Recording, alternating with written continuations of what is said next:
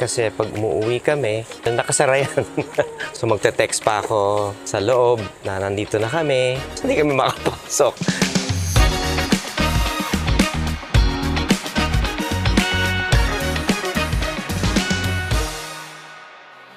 Hey guys, Ogiel Casid here, and today nagpa-install po kami nito, itong smart lock na to. The reason is, syempre, kasi pag umuwi kami, nakasara yan. So hindi kami makapasok. So magte-text pa ako sa loob na nandito na kami. And dahil mabigat yung bakal niya, hindi mo naman siya basta-basta mabubuksan. Mabuti na lang, merong ganito. It's convenient, it's easy to use. Kita mo naman, very secure.